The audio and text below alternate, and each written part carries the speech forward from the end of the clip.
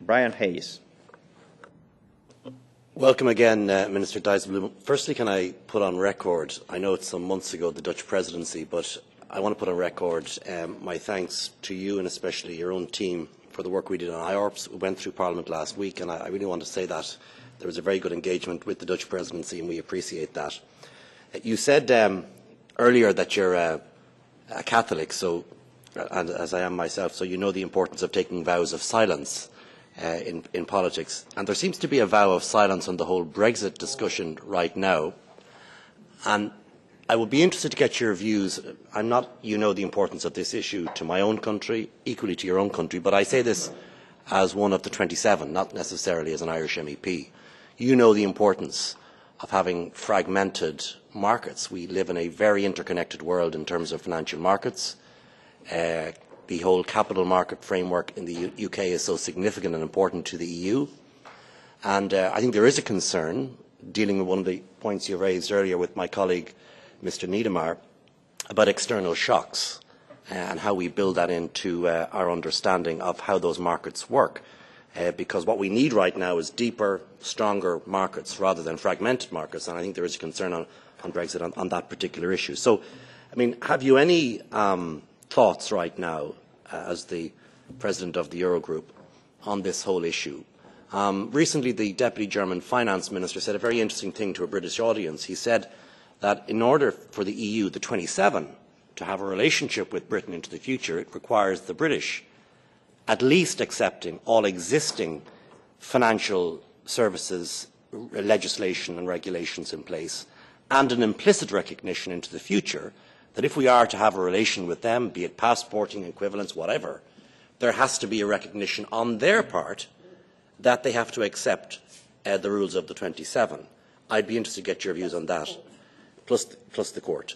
Irrespective of the question of freedom of movement, this is a financial services issue I'm asking. And finally, do you think, as President of the Eurogroup, that we could face negative impacts in terms of the euro area public finance position that you spoke about earlier as a consequence of Brexit? You said growth this year, GDP growth across the euro area, I think 1.6, 1.7%, and you are right in saying we're in a much better place than we were some years ago. That needs to be recognised. But I'm concerned about the impact that this could have in terms of the public finance position in the Eurogroup, and I'd be interested for your views on that. Thank you, President. Thank you. I certainly didn't take a vow on silence on the topic of Brexit, and I'm glad you asked the questions. I think to say that the preferred option simply for the financial services, financial sector issues would be that the Brits fully accept all the standards and requirements that we have now, but you have to realize on some topics, of course, being outside the banking union, they already have some way to deviate from the banking union standards. But to fully accept the rules and regulations that we have now, also looking forward, and that second part is very important, because I think it could possibly be acceptable for the British to say, okay, we accept what is now the common ground, we'll put that in national legislation today. The big question is what does then happen? And we cannot allow a third country to have access, full passporting rights to financial service markets in Europe, if at the same time we allow them to deviate in terms of capital standards, requirements, consumer protection, etc., etc. I don't think that's possible. Which means basically that they're looking at a Norwegian model for the financial service markets, which is something that doesn't appeal, of course, to the British, who've decided for a Brexit for reasons of sovereignty. But being quite frank, we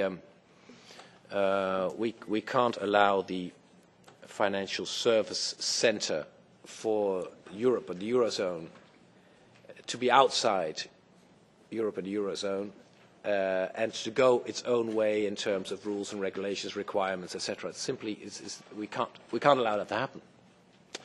So even though I'm a great fan of the Brits and the Dutch have strong trade relations, much like the Irish, I think you're their first trading partner and we're second. We have to take a firm stand on this. There is no alternative there. Will it have a negative impact in economic terms? Yes. I think the fact alone that we're entering into a phase of uncertainty and unclarity, how is that future relation going to work, will impact our economies.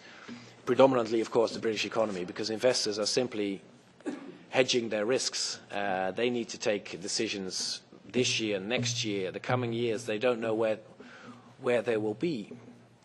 So they will rethink their investments. And I think that's, and I say that without any joy at all, will start having an impact on the British economy, on the city in the coming years. I think we need to be ready as much as they need to prepare for this, to make sure that the negative economic effects are minimized, because I don't see any interest for us to damage the UK economy or to allow our economies to be damaged. So we should be fully prepared. But it's going to be a tough ride, specifically for the UK.